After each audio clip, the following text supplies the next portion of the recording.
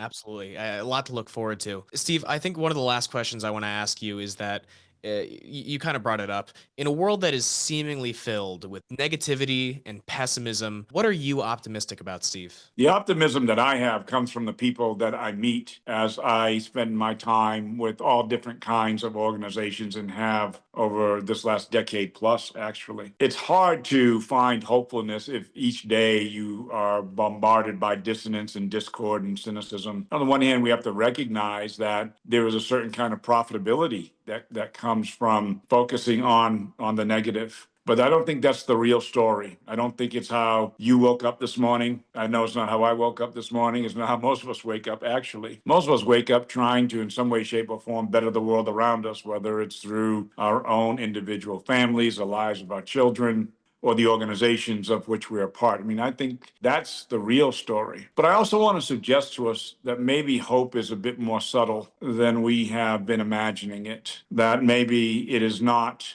loud and boisterous and overly manufactured. Maybe hope is just the quiet, small things, the ordinary people who wake up each day trying to better the world around them. And I meet them all the time. I am in awe of their commitment. The paths that they have chosen aren't really careers, they're more like callings. And I see this unfolding in nonprofit organizations, in educational systems, and in corporate America. So, this idea that we are a place, right? We are in a place that is beyond hope is not accurate. But I do think we're looking in the wrong places. And candidly, oftentimes to the wrong individuals. One of the people that I wrote about in my second book was a high school counselor who took me in when I was 16 years old. And I literally had nowhere to go. It was 3 days after Christmas, very difficult situation. And he opened his home and his heart to me. And one of the things that John Sykes always talked about was something that his father had always talked to him about. And it was embodied in a single word: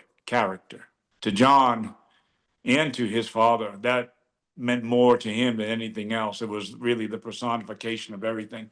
And for John, there was a very short walk between character and hope. You know, that if you were a person of good character, and did seek to better the world around you, then you were the embodiment of hope. And that's something that I'm still trying to live up to.